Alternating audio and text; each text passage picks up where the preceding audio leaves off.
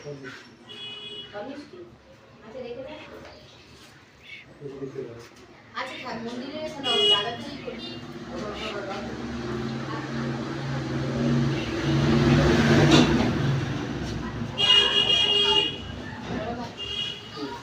দাঁড়িয়ে আছে ও খাওয়াচ্ছে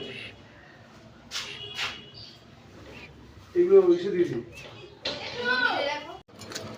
হয়ে গেল পুজো, এখন আমরা বাড়ির দিকে যাচ্ছি। মন্দিরের পুজো কমপ্লিট, এখন ও যাচ্ছে। ওর আবার মনটা একটু খারাপ, কারণ আমরা এখন একটুখানি মানে ওই মন্দিরের পাশেই না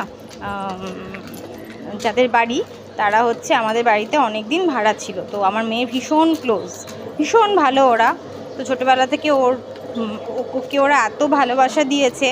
তো ও অনেকবার ওদের বাড়িতে যাওয়া আসা করে। আমি অনেকবার এমন হয়েছে ওদের বাড়িতে রেখে অনেক জায়গায় ঘুরতে টুরতে মানে যাতায়াত করি। তো সেই জন্য তো ওদের বাড়িতে ওদের সাথে দেখা করতে গেছিলো ওই জন্য। আর এখন তো আমি খাইনি, উপোস, তারপরে জোজো খাইনি, ও নিজেও খাইনি। আমি বললাম যে চল, ওরা বলছিল ওদের বাড়িতে মানে খাওয়ার জন্য।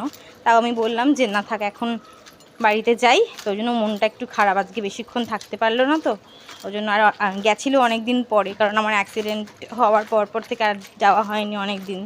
তো সেই জন্য মনটা একটু খারাপ। যাবে, অবশ্যই যাবে, কিন্তু একটু পরে যাবে, ঠিক আছে? চলো তাহলে বাড়িতে যাই। বাড়িতে গিয়ে দেখো আজকে আমার পুটকু আর পুটকু বাবার জন্য কি রান্না করেছি। তারপরে তোমাদের বলবো যে আমি ভিডিওটা শেয়ার করব মন্দিরে আমি কিভাবে পুজো দিলাম। মানে পুজো দেওয়ার সময় তো আর ভিডিও করার মতো অবস্থায় ছিলাম না। তো